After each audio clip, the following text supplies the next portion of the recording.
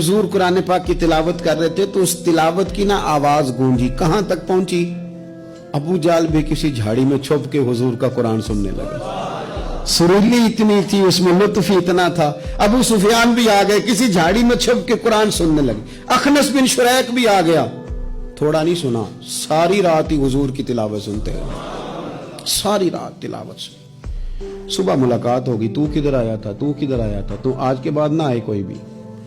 लेकिन कहते हैं अगले दिन सोए तो बेचैन किया हुजूर की आवाज में। फिर उठे, तीनों आके फिर मुख्तलिफ जगहों पर बैठ गए। सवेरे फिर मुलाकात हो गई, आज के बाद नहीं आना, तू भी ना आना, तू भी ना आना।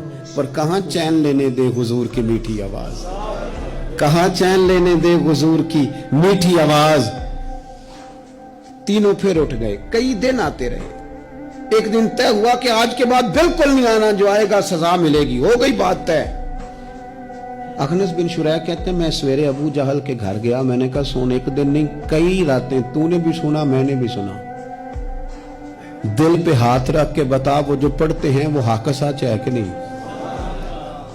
खरी बात कर। सुना तूने भी, सुना मैंने भी, सारी सारी रात सुना, बता बात सच्ची है कि नहीं। तो अबू जहल कहने लगा एक एक अरब सच्चा है, एक एक बात सच्ची है। तो तू मानता क्यों नहीं, फिर तू मानता क्यों नहीं? तो जो अबू जाल ने जवाब दिया, खुदा रा उस पे गौर करना, मेरी मिन्नत समझकर इस बात पे गौर करना, और फिर तू मानता क्यों नहीं?